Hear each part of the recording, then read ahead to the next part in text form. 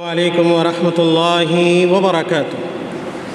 الحمد للہ رب العالمین والصلاة والسلام علی اشرف الانبیاء والمرسلین نبینا محمد وعلی آلہ وصحابتہ اجمعین وبعد۔ قال اللہ تعالی فی القرآن الکریم اعوذ باللہ من الشیطان الرجیم الرحمن علم القرآن خلق الانسان علمہ البیان۔ قال صلی اللہ علیہ وسلم ان من البیان لسحرا، رواہ البخاری۔ محترم حاضرین، اللہ رب العالمین کے شکریہ کے بعد، اس کے حمد و ثنا کے بعد، سب سے پہلے میں شکر گزار ہوں جامعہ امام ابن باز الاسلامیہ کے ایک ایک استاد کا، اور اسی طرح ایک ایک یہاں کے طالب علم کا۔ چونکہ وقت بڑا محدود ہے، کم ہے، اس لیے سب کا الگ الگ نام لے کر شکریہ ادا کرنا بڑا مشکل ہے، لیکن پھر بھی میں دل کی گہرائی سے شکریہ ادا کرتا ہوں اس ادارے کے بانی فضیلت الشیخ کلیم انور تیمی مدنی حفظہ اللہ کا، اور آج کے اس علمی سیمینار کی صدارت فرما رہے بزرگ عالم دین فضیلت الشیخ قاری محمد یونس اثری حفظہ اللہ کا، اور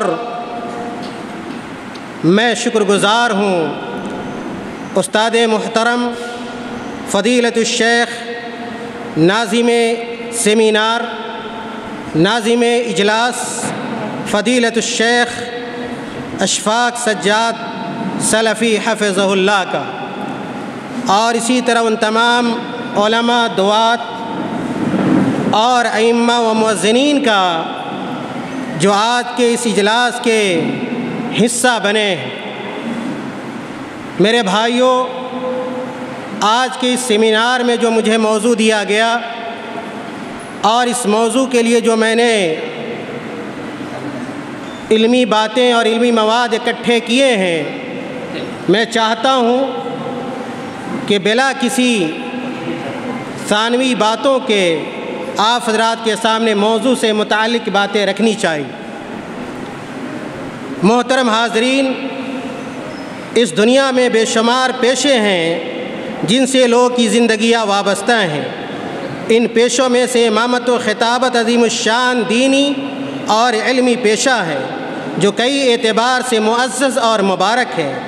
اس پیشے کا براہ راست تعلق ہمارے دین اور شریعت سے ہے۔ نماز باجماعت کی ادائیگی بلا امام کے ممکن نہیں ہے۔ جمعہ، عیدین، جنازہ، سورج گرہن، چاند گرہن اور دیگر اجتماعات میں خطبہ دیا جاتا ہے۔ بلا خطابت کے ان عبادتوں کی تکمیل نہیں ہو سکتی۔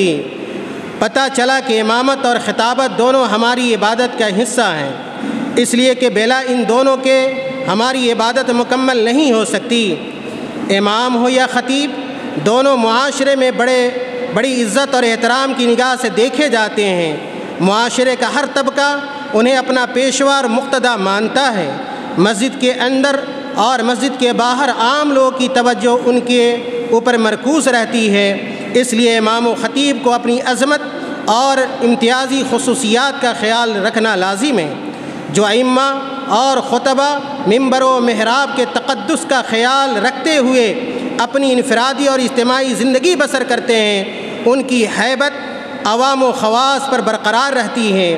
ان کی تقریروں، تحریروں اور اخلاق و کردار سے اللہ کی مخلوق کو فائدہ پہنچتا ہے، ورنہ یہ پیشے اپنی افادیت سے خالی ہوتے ہیں، جیسا کہ عصر حاضر میں محسوس کیا جا رہا ہے۔ معزز حاضرین، موجودہ وقت میں علمی سیمیناروں، کانفرنسوں اور مختلف علمی محفلوں میں امامت و خطابت کے غرض و غایت، اس کی اہمیت و افادیت اور اس کے تقاضے پر سیر حاصل گفتگو کرنا بہت ضروری ہے۔ قابل صد مبارکباد کے حقدار ہیں جامعہ امام ابن باز الاسلامیہ کے ذمہ داران اور اساتذہ کرام جن کی خصوصی توجہ اور عنایت سے قیمتی اور اہم موضوعات پر اس ایک روزہ علمی سیمینار کا انعقاد ہو رہا ہے۔ اللہ تعالیٰ اس سیمینار کو مبارک بنائے اور اس کے فیض کو ہر خاص و عام تک پہنچائے، آمین۔ معزز سامعین، اس سیمینار میں میرا موضوع امامت و خطابت ایک عظیم پیشہ اور ہماری علمی صلاحیت ہے۔ 3 اہم الفاظ میں مشتمل یہ عنوان ہے۔ تینوں الفاظ ایک دوسرے سے مربوط اور تفصیل کے متقاضی ہیں۔ اس موضوع پر مفصل گفتگو کرنے کے لیے کافی وقت درکار ہے، تاہم میں ایجاز اور اختصار کے ساتھ اپنے موضوع سے متعلق چند اہم باتوں کو آپ سامعین بات تمکین کے سامنے رکھنے کی کوشش کروں گا انشاءاللہ۔ معزز علماء کرام، امامت کا لغوی اور اصطلاحی معنی و مفہوم یہ ہمارے عنوان کا ایک ذیلی موضوع ہے۔ اردو میں امامت کا جو لفظ ہم استعمال کرتے ہیں دراصل وہ عربی لفظ امامہ سے ماخوذ ہے۔ اردو کے لحاظ سے جب ہم امامت کا لفظ بولتے یا لکھتے ہیں تو اس سے صرف نماز کی امامت سمجھی یا مراد لی جاتی ہے، لیکن عربی میں امامہ کا لفظ امامت صغریٰ یعنی نماز کی امامت اور امامت کبریٰ یعنی خلافت، سلطنت اور حکومت کے معنی میں بولا جاتا ہے۔ چونکہ ہمارے موضوع میں مذکور لفظ اردو کے اعتبار سے امامت صغریٰ یعنی نماز کی امامت سے متعلق ہے، اس لیے امامت کبریٰ کے بارے میں ہماری کوئی گفتگو نہیں ہوگی۔ الامامہ لغوی اعتبار سے اما یا امو کا مصدر ہے، جس کا اصل معنی قصد اور ارادہ کے ہوتا ہے۔ یہ تقدم اور آگے بڑھنے کے معنی میں بھی بولا جاتا ہے۔ اہل لغت کہتے ہیں امہم و ام بہم، یعنی ان لوگوں سے آگے بڑھا۔ اقتدا اور پیروی کے معنی میں بھی امامت کا لفظ استعمال کیا جاتا ہے۔ آپ دیکھ سکتے ہیں تاج العروض مادہ الام۔ بعض لوگوں نے امامت کی اصطلاحی تعریف ان کلمات کے ذریعے کی ہے: کون الامام متبعا فی صلاتہ کلھا او جزء منہا، امام کی مکمل نماز میں یا نماز کے کچھ حصے میں پیروی کی جاتی ہو۔ آپ اس کے لیے مراقی الفلاح صفحہ نمبر 156 دیکھ سکتے ہیں۔ امام اس وقت تک امام نہیں ہو سکتا جب تک کہ مقتدی اس کی اقتداء نہ کرے۔ اسی طرح اگلا جو ذیلی عنوان ہے امامت کی مشروعیت اور فضیلت۔ امامت مشروع عمل ہے، اس کی مشروعیت کے ثبوت کے لیے اتنا کافی ہے کہ بلا امامت کے باجماعت 5 وقتہ کی ادائیگی ممکن نہیں ہے۔ 5 وقتہ کے علاوہ بھی بہت ساری نمازیں ہیں جن کا باجماعت ادا کرنا مشروع ہے۔ امامت کے شرف و منزلت کا اندازہ اس بات سے لگایا جا سکتا ہے کہ تمام نبیوں، رسولوں، خلفائے راشدین، صحابہ و تابعین اور فقہاء و محدثین کی بڑی تعداد امامت کے فریضے سے جڑی رہی، بلکہ جمہور فقہاء کرام نے امامت کو اذان اور اقامت سے افضل قرار دیا ہے۔ ابو سعید خدری رضی اللہ تعالیٰ عنہ سے مروی ہے کہ آپ صلی اللہ علیہ وسلم نے فرمایا: اذا كانوا ثلاثة فليؤمهم احدهم واحقهم بالامامة اقرأهم، یعنی جب نماز پڑھنے والے 3 ہوں تو ان میں سے ایک ان کی امامت کرائے، اور ان میں سے امامت کا زیادہ حقدار وہ ہے جو ان میں سے زیادہ قرآن پڑھا ہو۔ صحیح مسلم کتاب المساجد۔ نبی صلی اللہ علیہ وسلم جب مرض الموت میں مبتلا ہوئے تو اپنی جگہ امامت کے لیے اس امت کے سب سے افضل انسان سیدنا ابو بکر رضی اللہ تعالیٰ عنہ کو منتخب فرمایا۔ آپ صلی اللہ علیہ وسلم نے فرمایا: مروا ابا بکر فلیصلی بالناس، کہ ابو بکر سے کہو کہ لوگوں کو نماز پڑھائیں۔ صحیح بخاری کتاب الاذان۔ اگلا جو ذیلی عنوان ہے امامت کے شرائط۔ حدیث میں امامت کے مستحقین کی نشاندہی کی گئی ہے۔ سیدنا ابو مسعود انصاری رضی اللہ تعالیٰ عنہ سے مروی ہے کہ رسول اللہ صلی اللہ علیہ وسلم نے بیان فرمایا: لوگوں کی امامت کرائے جو ان میں سے کتاب اللہ کا زیادہ پڑھنے والا ہو، اگر پڑھنے میں برابر ہوں تو وہ جو ان میں سے سنت کا زیادہ عالم ہو، اگر وہ سنت کے علم میں بھی برابر ہوں تو وہ جس نے ان سب کی نسبت پہلے ہجرت کی ہو، اگر وہ ہجرت میں برابر ہو تو وہ جو اسلام قبول کرنے میں سبقت رکھتا ہو۔ کوئی انسان وہاں دوسرے انسان کی امامت نہ کرے جہاں اس دوسرے کا اختیار ہو، اور اس کے گھر میں اس کی قابل احترام نشست پر اس کی اجازت کے بغیر نہ بیٹھے۔ صحیح مسلم کتاب المساجد۔ امامت کے باب کے تحت فقہاء کرام نے امامت کے شرائط کو تفصیل سے بیان کیا ہے۔ کسی کو امامت کے لیے آگے بڑھانے سے پہلے دیکھنا چاہیے کہ یہ شرطیں اس کے اندر پائی جا رہی یا نہیں۔ جن شرائط کا تذکرہ فقہائے کرام نے کیا ہے ان میں سے چند شرائط یہ ہیں، تفصیل سے گریز کرتے ہوئے صرف جو نقطہ ہے، جو رؤوس الاقلام ہے، میں ان کو شرائط کے طور پر پڑھ دیتا ہوں۔ پہلی جو شرط اہل علم نے بیان کی ہے امامت کے لیے وہ اسلام ہے، اور اس کی دلیل میرے یہاں موجود ہے۔ اسی طرح دوسری جو شرط ہے عقل ہے، تیسری جو شرط ہے بلوغت ہے، چوتھی جو شرط ہے ذکوریت ہے یعنی کہ امام مرد ہو، پانچویں جو شرط ہے قرآن و حدیث کی قرات پر قدرت رکھنا ہے، اور اسی طرح چھٹی جو شرط ہے وہ اہم آزار سے صحیح سالم ہونا ہے۔ محترم سامعین، علماء و مؤذنین، یہ جو سارے جو شرائط ہیں یہ فقہ کی کتابوں میں موجود ہیں، اور میں نے حوالے کے ساتھ میں نے ان شرطوں کو اپنی تحریر میں نقل کیا ہے۔ امامت کے لیے نماز کے اہم مسائل و احکام کا ادراک ضروری ہے، جیسے امام طریقہ نماز تکبیر تحریمہ سے سلام تک کے مکمل مسائل سے واقفیت رکھتا ہو، اسے معلوم ہو کہ مریض کے نماز کے مخصوص احکام کیا ہیں، اسے معلوم ہو کہ خوف کی نماز کیسے پڑھی جاتی ہے، اسے معلوم ہو کہ مسافر کی نماز کا طریقہ کیا ہے، نماز میں قصر کے حکم سے وہ آگاہ ہو، فوت شدہ نمازوں کی قضا کے شرعی حکم سے واقفیت رکھتا ہو، سجدہ سہو کے مسائل اس کے ذہن میں ہو تاکہ حسب ضرورت وہ اس کے مطابق عمل کر سکے۔ ان اہم مسائل کے علاوہ طہارت و نظافت کے احکام و مسائل کا علم بھی امام کے لیے ہونا نہایت ضروری ہے۔ بلا ان بنیادی معلومات کے وہ امامت کا حق ادا نہیں کر سکتا ہے۔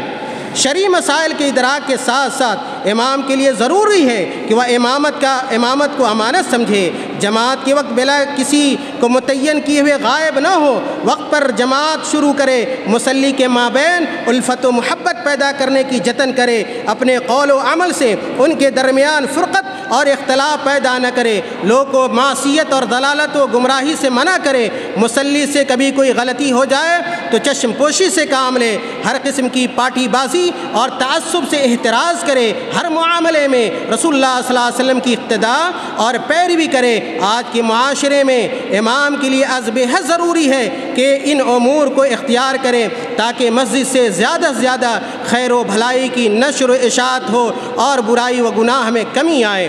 ہمارے موضوع کا جو دوسرا نقطہ ہے وہ خطابت ہے۔ محترم حاضرین، امامت کی طرح خطابت بھی شریفانہ عمل ہے۔ خطابت ہمارے دین اور عبادت کا حصہ ہے۔ اس کی فضیلت اس بات سے آشکارا ہوتی ہے کہ تمام انبیاء و رسول اپنی اپنی قوم کے خطیب رہے ہیں، انہوں نے اللہ کے پیغام کو پہنچانے کے لیے اپنی زبان و بیان کا سہارا لیا۔ خطابت کا فن اتنا ہی پرانا ہے جتنا حضرت انسان پرانا ہے۔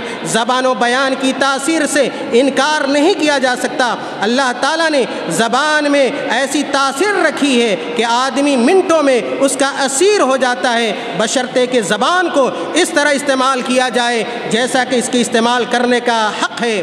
خطابت کے ذریعے قتل و خون کا ماحول بھی برپا کیا جا سکتا ہے، اور قتل و خون کے ماحول کو منٹوں میں ٹھنڈا بھی کیا جا سکتا ہے۔ جاہلی معاشرے میں بھی خطابت کو بڑی اہمیت حاصل تھی۔ ہر قبیلے کا نمائندہ خطیب ہوا کرتا تھا جس کی شان دیگر لوگوں سے کہیں بلند ہوتی تھی، وہ ہر جگہ اپنے لوگوں کی ترجمانی کرتا تھا۔ جاہلی خطبہ میں کعب بن لوئی، اقسم بن سیفی، عبد المطلب بن ہاشم، علقمہ وغیرہ کے نام تاریخ و ادب کی کتابوں میں درج ہیں۔ طلوع اسلام کے بعد خطابت دین کی تبلیغ کا مؤثر ذریعہ قرار پایا۔ اسلام کی ترویج و اشاعت کا غیر معمولی کام اس کے ذریعے انجام پایا۔ تمام اسلامی ادوار میں بڑے بڑے خطبہ اور مقررین نے توحید و سنت کی ابلاغ کے لیے خطابت کا سہارا لیا۔ خطیب اگر اخلاص سے کام لے تو عقیدہ و عمل کی اصلاح کا بڑا کام اس سے ہو سکتا ہے۔ ماضی میں بھی بے شمار ایسی مثالیں ملتی ہیں کہ خطبہ کی تقریروں سے متاثر ہو کر پوری جماعت راہ راست پر آ گئی، لوگوں نے کفر و شرک سے توبہ کیا اور عقیدہ و توحید پر گامزن ہو گئے۔ بدقسمتی سے اس زمانے میں خطابت کا پیشہ دین کی خدمت سے زیادہ مال و زر کے حاصل کرنے کا ذریعہ بن کر رہ گیا ہے۔ مشاہیر خطبہ و مقررین کا بھاؤ تاؤ ہوتا ہے، ان کی بولی لگتی ہے، جو زیادہ بولی لگاتا یا قیمت دیتا ہے مقررین ان کے اسٹیج پر جلوہ افروز ہوتے ہیں۔ بھاؤ تاؤ کے اتار چڑھاؤ کے چکر میں بسا اوقات آپس میں اختلاف بھی ہوتا ہے، گالی گلوچ تک نوبت پہنچتی ہے، کتنے متعین اور مقرر جلسے ملتوی ہو جاتے ہیں۔ پیسے کی لالچ میں مقررین حضرات پہلے سے طے شدہ پروگرام کو چھوڑ کر کہیں اور چلے جاتے ہیں۔ ایسے چند پیشہ ور خطبہ کی وجہ سے خطابت اور خطبہ کی پوزیشن کمزور ہو رہی ہے، انہیں لوگ گری ہوئی نگاہ سے دیکھتے ہیں، بھاؤ تاؤ کرنے کی وجہ سے تقریر اخلاص سے عاری ہو جاتی ہیں۔ ایسے خطبہ وقتی واہ واہی تو خوب لوٹتے ہیں، مگر ان کے خطبوں اور تقریروں سے سامعین کو خاص علمی یا عملی فائدہ نہیں ہوتا ہے، بلکہ ان کی وجہ سے باعمل اور ذی علم علماء و دعات کی خطبے اور تقریریں بے وزن ہو کر رہ جاتی ہیں، سامعین کا علمی ذوق بدل جاتا ہے، اب وہ علمی باتیں کم سنتے ہیں اور قصے و کہانیاں سننے والے کو زیادہ پسند کرتے ہیں۔ یقیناً یہ بڑی آزمائش ہے، اللہ تعالیٰ اس آزمائش سے علماء ربانیین اور دعات مخلصین کو بچائے۔ باوقار سامعین، خطابت میں جمعہ کی خطابت، عیدین کی خطابت، دیگر عبادات کے مواقع پر دیے جانے والے خطبے اور دینی اجلاس و کانفرنسوں کے خطابات بھی شامل ہیں۔ نسبتیں اگرچہ جدا ہیں، مگر تمام خطابات کا مقصد سامعین و حاضرین کو کتاب و سنت کی طرف بلانا ہوتا ہے۔ خطیب جس قدر علم و عمل سے مزین ہوگا، اسی قدر اس کی دعوت مؤثر ہوگی۔ عربی اور اردو زبان میں خطابت کے معنی واضح و نصیحت، دعوت و ارشاد اور وصیت جیسے الفاظ بھی استعمال ہوتے ہیں۔ خطابت کے چند اصول و آداب ہیں۔ موضوع کی مناسبت سے خطابت سے متعلق چند ضروری اصول و آداب آپ کے سامنے رکھنے کی سعادت حاصل کر رہا ہوں۔ خطابت کے ان آداب و اصول کو عالم عرب کے مشہور عالم دین علامہ عطیہ محمد سالم رحمۃ اللہ علیہ نے اپنے رسالہ موسوم اصول خطابہ والانشاء میں ذکر کیا ہے، اور شیخ علامہ عطیہ محمد سالم رحمۃ اللہ علیہ نے خطابت کے جو اصول و آداب بیان کیے ہیں، بہت سارے اصول و آداب ہیں، اور میں نے اختصار کے ساتھ سب کو یہاں پر نقل کیا ہے، اور جو رؤوس الاقلام ہیں اور ذیلی عنوان میرے سامنے ہیں، تفصیل کا میرے خیال میں موقع نہیں ہے، اس لیے صرف میں موضوع کے بیان کرنے پہ اکتفا کرتا ہوں۔ سب سے پہلے جو بات میں نے ذکر کی ہے وہ خطابت کی تعریف ہے، اور دوسرا جو موضوع ہے خطابت کے ارکان ہیں، اس کے بعد اگلا جو ذیلی عنوان ہے خطابت کی نشو و نما ہے، اس کے بعد خطابت اور دیگر نثری فنون میں جو فرق ہے اس کو بھی میں نے بیان کیا ہے، خطابت کی جو خصوصیت ہے اس کا بھی تذکرہ موجود ہے، خطابت کے موضوعات کی جو نوعیت ہوتی ہے اس کو بھی میں نے یہاں پر ذکر کیا ہے۔ اس کے بعد اسلام کی خطابت کے ساتھ جو خاص توجہ رہی ہے، اسلام نے خطابت کو جو خاص اہمیت اسلام نے دیا ہے، اور اس کے جو اثرات رہے ہیں، میں نے دلائل کی روشنی میں ان چیزوں کو بیان کیا ہے۔ اس کے بعد آپ صلی اللہ علیہ وسلم کی جو خطابت تھی اس کے میں نے نمونے بیان کیے ہیں۔ اس کے بعد خلافت راشدہ میں جو خلفائے راشدین کی جو خطابت ہوئی ہے اس کے بھی چند نماذج میں نے اور نمونے میں نے یہاں پر بیان کیے ہیں۔ بعد کے ادوار میں جو خطابت رہی ہے اس کا بھی تذکرہ موجود ہے۔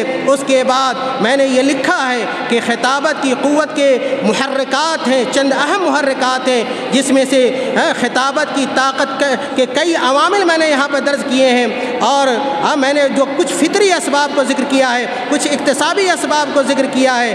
اسی طرح خطیب اور خطابت کی جو کمزوریاں ہیں ان میں سے بعض فطری کمزوریوں کو میں نے بیان کیا ہے، بعض اکتسابی کمزوریوں کو بیان کیا ہے۔ ایک خطیب اپنے خطبے کی تیاری کیسے کرے گا اس کا بھی تذکرہ میری اس تحریر کے اندر موجود ہے۔ اس کے بعد خطابت کے جو اہم ارکان ہونے چاہیے کہ خطیب کے قول و عمل میں یکسانیت ہو، ریاکاری نہ ہو، دکھاوا نہ ہو، ان چیزوں کو بھی بیان کیا گیا ہے۔ آج جو بڑی بڑی کانفرنسیں ہوتی ہیں، بڑے بڑے جو اجلاس ہوتے ہیں، اور اس میں جو میلہ ٹھیلا لگتا ہے اور جس کے فائدے کم اور نقصانات زیادہ ہوتے ہیں، وہ نقطے بھی بیان کیے گئے ہیں۔ کانفرنسوں میں آج جو لاکھوں کروڑوں روپے خرچ کیے جاتے ہیں، جو اسراف ہوتا ہے، اور جو مرد و زن کا جو اختلاط ہوتا ہے، یہ ساری باتیں ہمارے مضمون کا حصہ ہیں میرے بھائیوں۔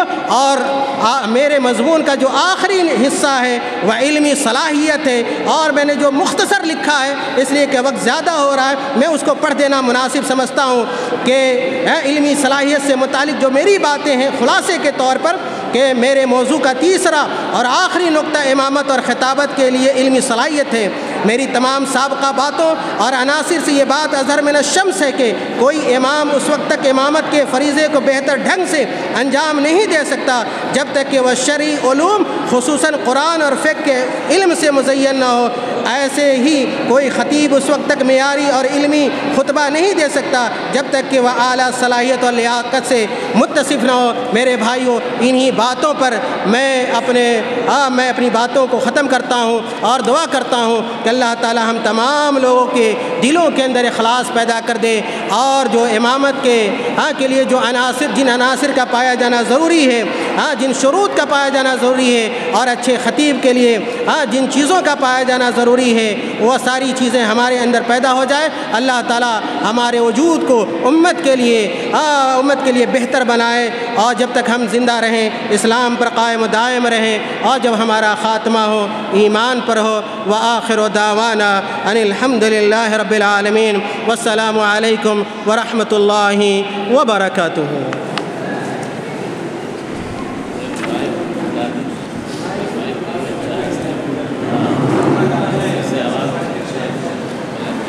میں بھی خطبہ دیتا ہوں تو پھر مائک اسی لیے دیتا ہوں، تھوڑی سی گونجتی ہے وہ جامع تیمیہ ہی کی طرف۔